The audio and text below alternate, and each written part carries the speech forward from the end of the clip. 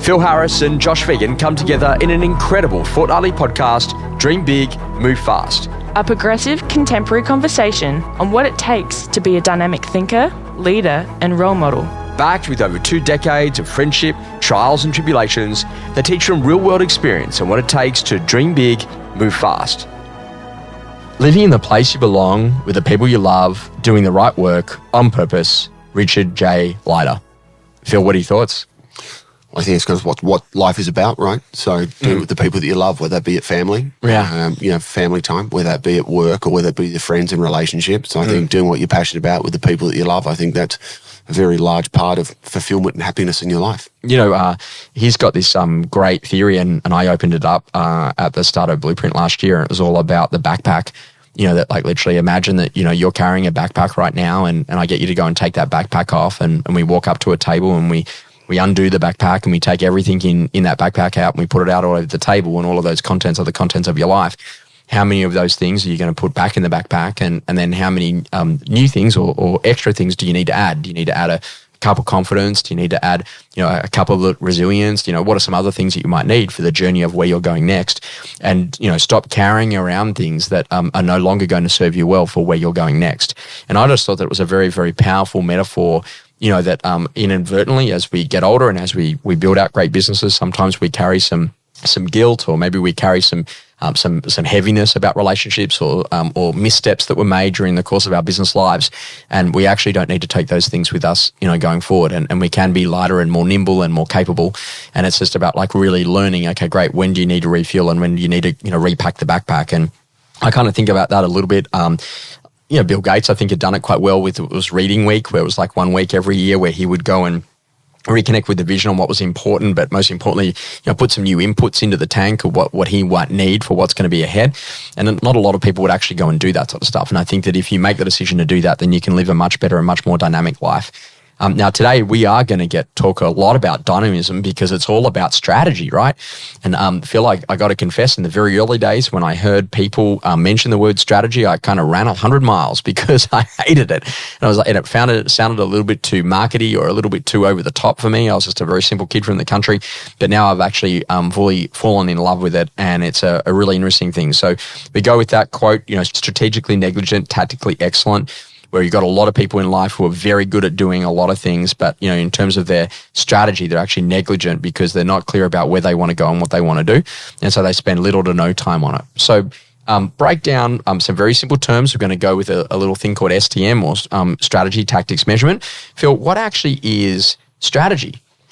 So strategy to me is the overarching play of what you're trying to achieve. So for me, let's say as an example, my strategy is to get more auctions. Get more auctions. Okay, great example, right? So now when I link that, is my tactics are basically my day-to-day operations of actually what's going to help me to achieve that strategy. Rip up all of the exclusive authorities and only give them auction authorities. Great. It's a great tactic, right? It's a great tactic. Right? So teach people about auction sales process, learning an education program around that, learning how to actually get community success around that. You know, do all of those things.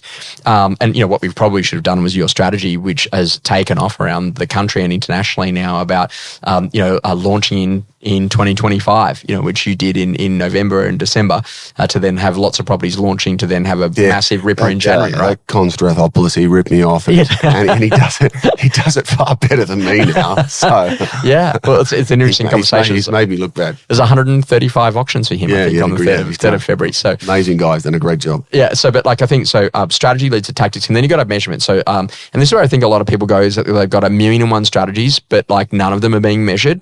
And so they, and I think that you might have got done by your leadership team on this, on being the guy that had 1,000,001 ideas, but none of them were landing at one point. And like literally what they then helped you to do was to learn about narrowing what you're actually doing, because it's going to move the needle the most. Yeah, talk about that. And largely that was driven by you, Josh. I'd come away and I'd either go to a Blueprint, or I'd come to, you know, one of your leadership courses, and so what would happen? I'd be notorious for just chasing after 1,000 things. Yeah. And so I'd go back and I'd be on the plane, I'd be firing, 117 emails in all sorts of directions. We've got to do this, got to do this, got to do this, got to do this. And by the way, like there's a lot of good ideas. But then, as you start to progress in your leadership journey, you become a lot more experienced around actually executing strategy. Yeah. Good ideas is not the secret sauce anymore, right? Yeah, sure. But it's what are the critical ideas, what are the critical actions that are linked to this strategy, right? Yeah. So there are lots of little good things. And by the way, that doesn't mean I hear a good idea. If it's something that I can implement quickly and get a quick win, I'm all for that. Yeah, right? sure. But now there's a filtration process to go, Phil, that's a good idea. Yeah. But is it critical to the strategy of what we're trying to achieve over the next 90 days? Yes. Because the 90-day strategy we've got in place, that's actually linked to where we want to be in 12 months' time. And the 12-month strategy we've got in place, that's linked to where we want to be in 3 years' time. Yeah. So there's got to be a connection or an affiliation between good ideas. It's a really big movement for me last year in my thinking around how do I explain a set of very complex concepts in a very simple way. And it was the development of the strategy tactics measurement chart. And I went hell for leather in each of the modules, and also to around even more complicated things like teaching someone a listing presentation or even a sales process, and use those SDM charts where it's, okay, great. So what's the strategy? What's the tactics? What's the measurement? So, and by the way, shout out for the guys listening. They are brilliant, those charts. I know that's something that we preach regularly inside our organisation now, those one pages. I think together we've just done so much work on this stuff where, like, you would say, okay, great. Like we used to call them phases or something probably in the auction process. Like, okay, we've got off market, we've got on market, and then we've got the sale. And now we're like, no. So the strategy is that literally we're going to go and have off market. The strategy is launch week. The strategy is then on market. The strategy is then auction week. The strategy is then auction day. Then the strategy is the post auction sales process. So we actually broke it up, and sitting inside of that was a series of very specific tactics. So in off market, get 5 buys to the photographic appointment, as an example. And then literally in launch week, get the neighbors to the first open home and launch on Tuesdays. So the first open home is actually a midweek on a Wednesday. So then by Saturday, you got buyers coming back for a second look. So like it started to get like really built out. And what I found is that literally I could explain to people like very complicated things in a very short way. So Phil, how do you go about setting the strategy inside of an organization, or even if you're working with a specific team inside of your business? This is a personal approach, doesn't mean it's right, but if I speak about the organisation, how I go about strategy, I think first and foremost I start with numbers, the end game numbers. Yeah, right? sure. So my knowledge base is I'm not great at a lot of things, but I feel like I'm starting to understand how to run a real estate practice, and so I think in terms of time frame, I might put a projection and say, right, where do I want the organisation to be in 3 years' time? Yeah. And let's break real estate down to its absolute simplest form. At the end of the day, it's number of properties sold and number of properties under management. So now I've actually got something to anchor onto, like that's like the top of the mountain of where it is that I actually want to get to. So now if I've got those numbers, right, and let's say I'm currently at point A and I want to get to point B, which is a certain number of managements and sales, there's a gap between where I am and where I want to get to, right? So in between that gap is going to be a series of projects that need to be undertaken to achieve that volume of sales and that volume of managements. And there's only 2 ways we're going to be able to achieve that set of numbers as an overall organisation. Number one is we're going to organically grow there, okay? So which means everybody on this sales team, if we're going to go from selling 100 homes per month to 200 homes per month, we've got to 2x the business. If we're going to do that organically, everybody's going to step up and sell more properties. Or alternatively, there might be an acquisition that's attached to that.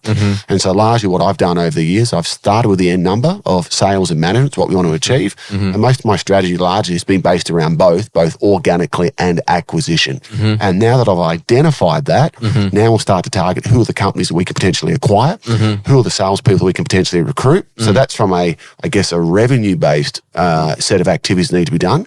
But then to support the new level of growth that we're going to have, if Harris is going to go from selling 2,000 homes a year as an example to 4,000 homes, there's a new level of infrastructure and systems and technology that's not actually good enough for what we've got right now compared to where it is that we want to be. And so the framework that I work from, Josh, to keep it very, very simple, because we could go into this for hours, is what's the current reality versus the future reality of what you desire, and then what are the projects in between where you are and where you want to be that need to be undertaken to actually cross that bridge. And, you don't have to have a lot of strategies. No. And I think that one of the things I learned very quickly was like name them. So as an example, we have a strategy called KJT, which is Keep Josh Talking. The tactical is that literally everything around sales related things, go to the sales team sitting inside of the business. Anything that I don't need to touch, Kylie makes decisions on. and the measurement of that is that, am I talking all the time? So much so I might lose my voice, which is it's an occupational hazard and a risk issue, right? But what I'm trying to get you to think about is that, like, literally, it could be that one thing that moves your whole business forward. Or, you know what, I'm going to have a co-agent inside of my team who just lists. And that's going to get me the extra 30 transactions a year. So I can pull back a bit, I really love it.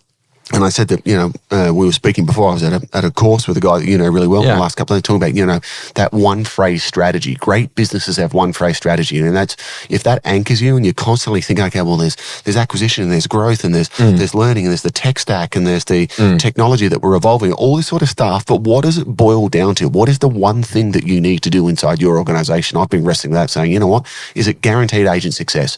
Like, if you can guarantee that an agent can come into your platform, plug in and be successful, you're probably always going to have a real estate, a successful practice. And that one for you, Josh, of like, keep Josh talking, KJT, it's actually a really simple strategy, but it works. So if you're on stage 4 days per week, presenting to the right audience, like, you can't help but win. And there's a lot of other stuff that's got to go on. Like, you've got to improve your systems, you've got to recruit, you've got to hire, you've got to retain. But if there's KJT that's happening every single day or 4 days out of the 5 working days, like, you're going to win, right? And this is the basic conversations that, like, how do you set strategy? Well, first of all, get clear about where you're going. And that's like Max Dupree quote, who do we intend to become? Where are we going and how are we going to get there? It's just a really simple foundational piece. That's how you got to get the strategy piece. And then tactically, what are our options? We could catch the train, we could catch a plane, we could walk. Okay, great. So let's start to think a little bit about those things. And then, ultimately, how do we actually get into measurement? So measurement's an important part, right? Once the strategy's set and you've got the tactics right about, when do we measure? Where does that show up, and what do we do if the numbers are off track? And I kind of think about that. Imagine that you start thinking about building out a really good quality business. If you're not measuring what's actually happening here, then you can be way off course because you're chasing the wrong metric or chasing the wrong thing rather than like really landing on that.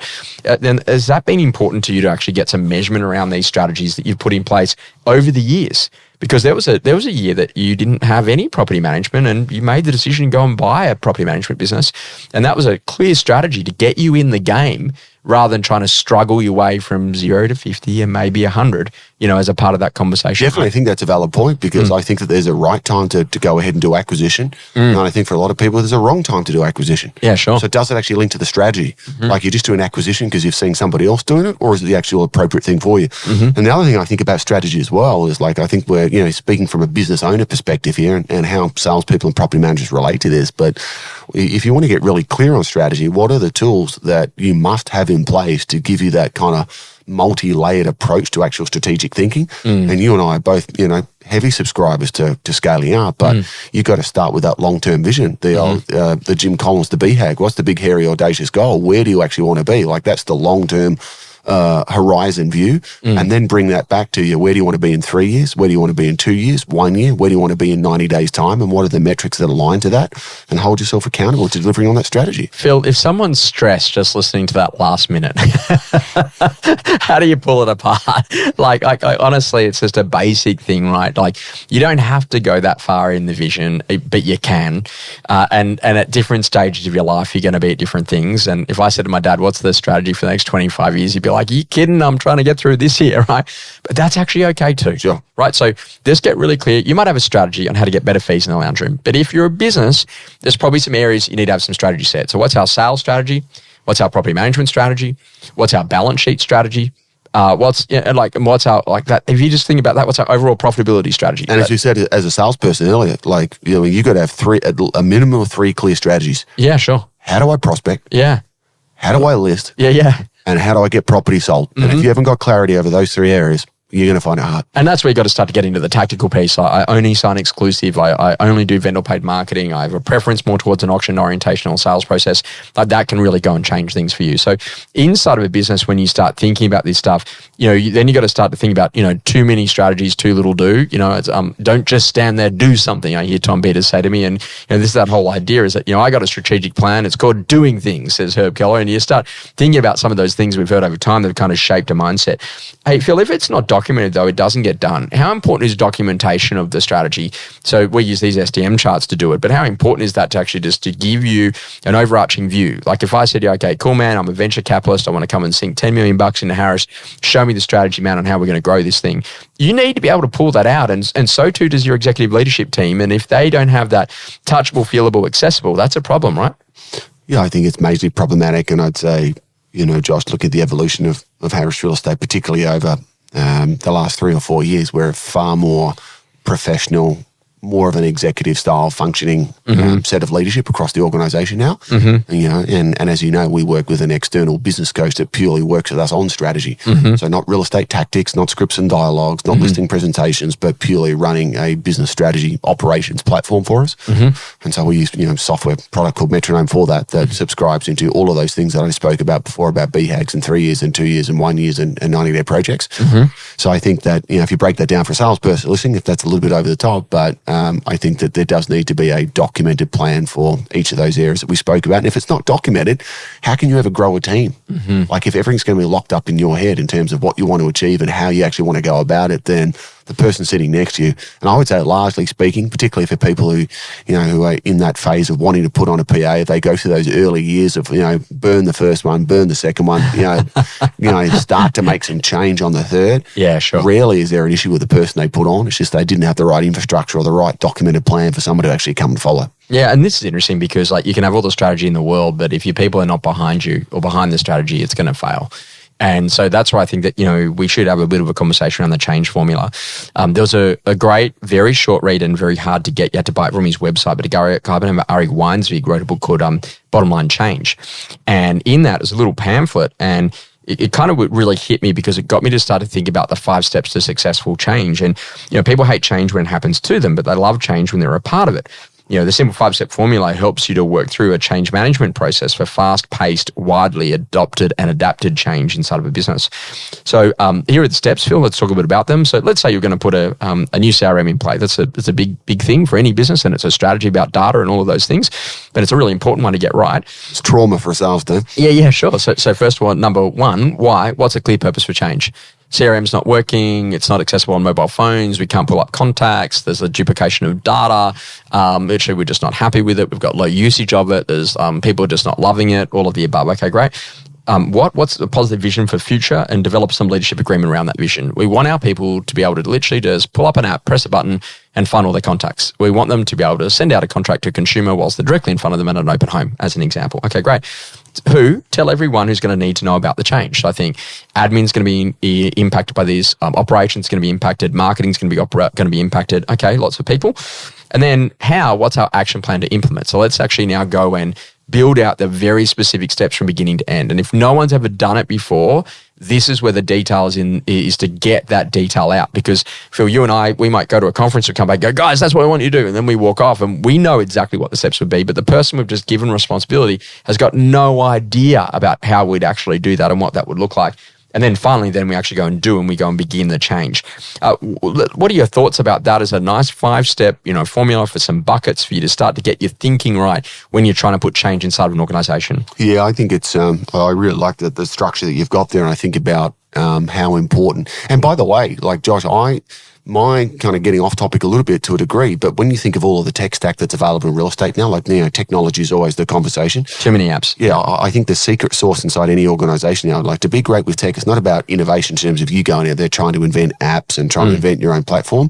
The agencies or the companies, I should say, that are winning, I think the ones who are getting great at rollout and great at actually implementing tech inside their organization, which is exactly what you're talking about. Yeah, sure. So it's not about developing tech. It's like whoever actually implements the best is now the one who's leading. So we actually have ruled out the word implementation in our business. It's illegal to say it. You actually get fired if you do. We talk about execution. Yeah. Yeah. So it might have been like an old book. I think that both of us read. I think it was actually called Execution. And it was about them landing planes out at the airport. And if you were there and you were in the control tower and every single plane you had to land, you're executing with excellence. And then all of a sudden there's one plane that's come in and it's missing an engine and it's got no fuel and it has to land. And now what you've got to do is you've got to change everything else to make sure you can land that plane safely. That's execution. And if you start thinking about that inside of a business, there's an old school saying, either you'll be fired up with enthusiasm or you'll be fired with enthusiasm. And I just think that execution has a real deliberate nature about it, that we're executing on this right now. I think, for what you're looking at now, that 5-step process, I think that's going to be one of your top 3 skills as a business owner in real estate. For where we're at now is about that ability to execute and roll out. It also talks as well, I've read a great article on leadership implementation. It was outside of Stanford last week, and it spoke about step number 3, which is the telling of everyone, which is basically as leaders, we actually think we underestimate how important it is to keep just harping on about your communication, about what you're doing. We think if we can just roll out the one deal or email, hey, by the way, guys, next Tuesday we're changing the CRM inside the whole organisation. We've said it once, and we posted on Slack once or on Teams or whatever it might be. We now think that's a rollout. We actually underestimate how many times when we think we're over communicating, we're not as a leader.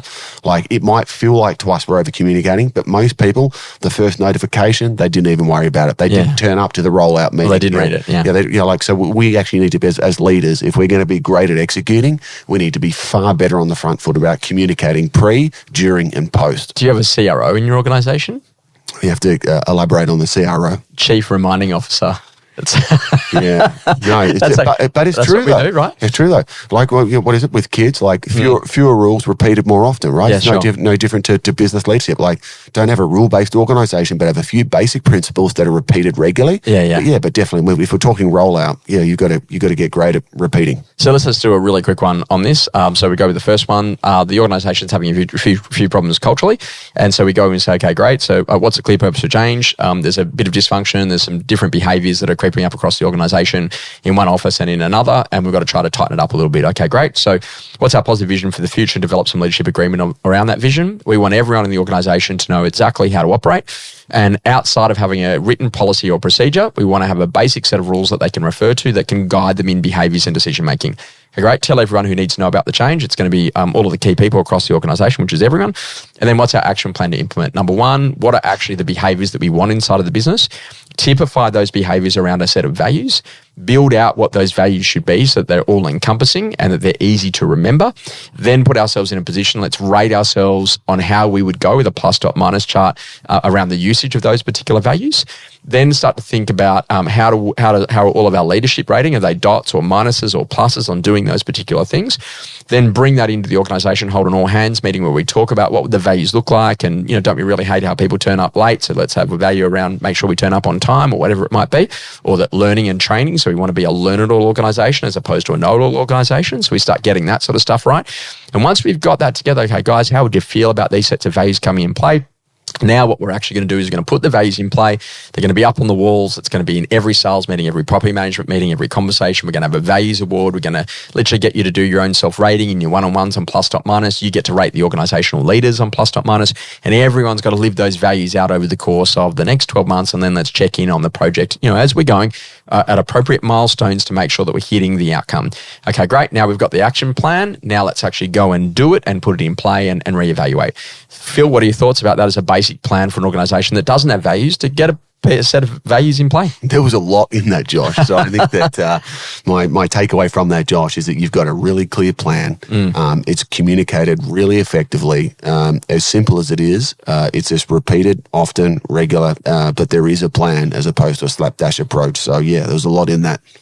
Principle, people resist change when it happens to them. They love change when they're a part of it. What are your thoughts about that? Yeah, I think it's really true. I mean, I've just seen that inside, our organisation now, Josh, over a couple hundred people. The reality is, the saying that people don't like change. I think that's true. That, people don't like change, but I think there's a caveat to that. I think that they don't like change that isn't initiated or executed appropriately. Mm-hmm. So I think that, okay, maybe change isn't everybody's first preference. But if you are going to make change and you do it effectively and you can actually help people to understand the vision that there is a brighter future. So I would say this, people don't like change if they can't see a brighter future. Mm-hmm. But if change is affiliated with a brighter and a more prosperous future, then they're prepared to get on board with that. So I was having a chat with someone about this last week. Do you, Phil Harris, think I, Josh Phegan, am good at change? I think you're a human being, which means that you would have certain sets of change that you're good at, and there would be certain parts of change that you're poor at. Oh, you're good, right? Because here's the key thing. Yeah. If I've built a routine and it works and it gets results, my resistance to changing that routine is very high. But yet there's other things I'll change on a dial for. And that's actually the important part, is that like literally, if you want to bring me on the journey and say, you can't run, but now you got to do this and this is going to be better for your body. Why? You know, like I'm going to resist that because I've loved that for so long. But if you can show me the science and help me back in and get rid of my skepticism and open up my mindset and change a few things, man, I'll be the first one there at that new training session. And so that's the important part, is that like literally what you find when people have really worked what works for them, they will stay with it like there's no tomorrow. So make sure that the change is appropriate for the goals that you really want to go and achieve. Feeling good and ready for more? Thanks for joining us On Dream Big, Move Fast.